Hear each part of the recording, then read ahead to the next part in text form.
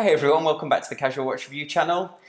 So today's video is another one in the series that I shot on location at the Newport Watch Jewelry and Loan. So again, a big thank you to John for allowing me access to some great watches there. In this video, I'm actually going to look at two of the new models that they actually had for sale. So this was the Explorer 1 and the Explorer 2.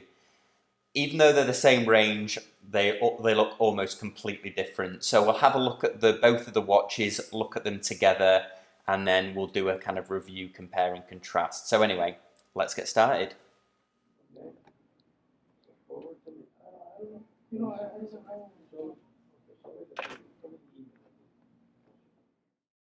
So here we are, just two great iconic Rolexes. So cool to have them side by side there. So what we're looking at on the left is the Explorer 1, which is the reference 214270. And then on the right hand side is the Explorer 2, which is the 216570. So the Explorer 2 is actually bigger than the Explorer 1, but we'll do a close-up because it doesn't look like it from this angle, but we'll do a close-up and go into more detail of each one. Okay, so I've got my white gloves on so we can get a close-up of these. So it's really amazing how light these actually are. In fact, a friend of mine did mention to me that a genuine Rolex actually does feel a lot lighter than you imagine, especially on this Explorer 2.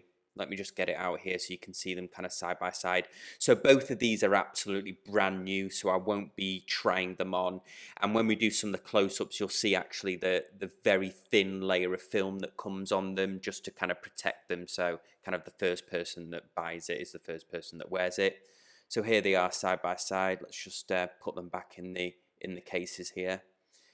So they both feature the Rolex's Oyster bracelet there. Great bracelet. It's got that the folding clasp to prevent the accidental opening. There's also that comfort extension which gives you an extra kind of 5mm to play with. So if your wrist is swelling up in the summer or whatever, you can let it out a slight bit. Now let's look at the Explorer 2 first, and then we'll do the Explorer 1 after that. So here's a great close-up of that very distinctive white dial.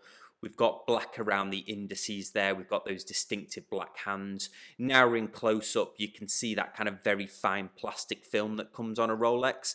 And before I actually filmed at this store, I didn't realize that they came with this very thin plastic film. I just thought they came with the bezel protector on there. In fact, now you can see it a bit better on the side. So the indices on the dial are actually gold underneath, and then it's had this kind of black paint applied to it, and then Rolex's luminescence there for visibility in the dark.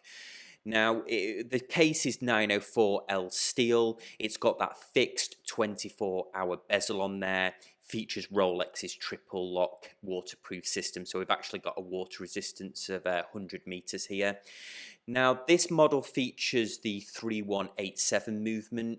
So this is a self-winding mechanical movement, as you'd imagine, completely manufactured by Rolex. In addition to the conventional hour, minute, and second hand, it has this distinctive orange 24-hour hand to display a second time zone. So it's fitted with the Parsham hairspring and this Paraflex shock absorbers. So this is one of the Rolexes that's specifically designed for extreme conditions. As with other Rolexes, it's COSC certified, so we've got plus or 2 seconds a day here. Now, the Explorer 2 was originally released in 1971, and that original version actually measured 40mm instead of this current version, which is 42. So this version is actually the overhaul that they did in 2011. You can also get this in a black dialed version as well, although I think I quite actually like the white version. So let's kind of have a look at the Explorer 1, and then what we'll do is we'll compare them side by side at the end. So here's a close-up of that distinctive black dial with the numbers at 9, 3 and 6.